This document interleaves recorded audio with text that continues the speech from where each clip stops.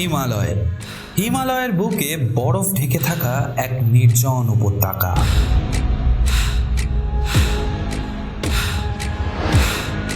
চারিদিকে শুধু সাদা চাদর, আর সেই সাদা চাদরের মাঝখানে লুকিয়ে আছে এক অদ্ভুত নীরবতা।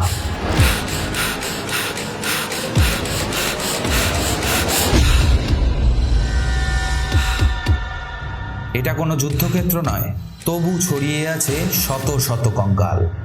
মানুষের হাড়, গুলির ফাঁপা চোখ যেন শতাব্দী পেরিয়েও তাকিয়ে আছে আমাদের দিকেই। এই জায়গার নাম রূপকুণ্ড। কেউ কেউ বলে এটি স্কেলিটন লেক, আবার কেউ বলে অভিশপ্ত হ্রদ। কিন্তু প্রশ্ন একটাই, কারা ছিল এই কঙ্কাল? একসাথে একই জায়গায় কিভাবে হলো এতগুলি মানুষের মৃত্যু? 1942 সালে এক ব্রিটিশ বনকর্মী প্রথম লক্ষ্য করেন এই হাড়গোড়। প্রথমে তারা ধারণা করেন এটি কোনো যুদ্ধক্ষেত্র, হয়তো সেনাবাহিনী পথ হারিয়ে মারা গেছে। কিন্তু গবেষণা বলছে অন্য কথা। কঙ্কালের খুলিতে দেখা গিয়েছে গোলাকার আঘাতের চিহ্ন। তলোয়ার নয়, বর্ষা নয়, উপর থেকে পড়া শক্ত গোল বস্তুতে আঘাত হানিয়েছে তাদের। বিজ্ঞানীরা বলছেন হয়তো আকস্মিক এক ভয়ঙ্কর শিলাবৃষ্টি। হিমালয়ের নির্মম প্রকৃতি যা মুহূর্তে কেড়ে নিয়েছিল শতাধিক প্রাণ।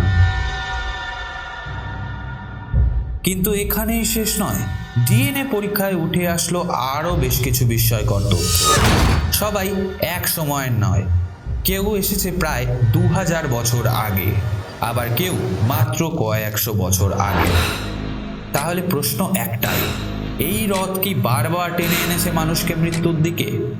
স্থানীয়দের একাংশের দাবি এটা দেবীর অভিশাপ। নন্দা দেবীর পবিত্র ভূমিতে কেউ যদি অপবিত্র কাজ করে তার পরিণতি হয় ভয়ঙ্কর। প্রকৃতির রোষ নাকি প্রাচীন বিশ্বাসের ছায়া? আজও যখন বরফ গলে এবং জলের নিচের থেকে উকি মেরে ওঠে সেই কঙ্কালের হাড়গোড়, হিমালয় যেন নিশ্চুপ হয়ে তাকিয়ে থাকে। রূপকুণ্ড একটা হ্রদ নয়, একটা অমীমাংসিত রহস্য, যেখানে প্রতিটি কঙ্কাল জিজ্ঞেস করে সত্যিটা আমরা কবে জানবো।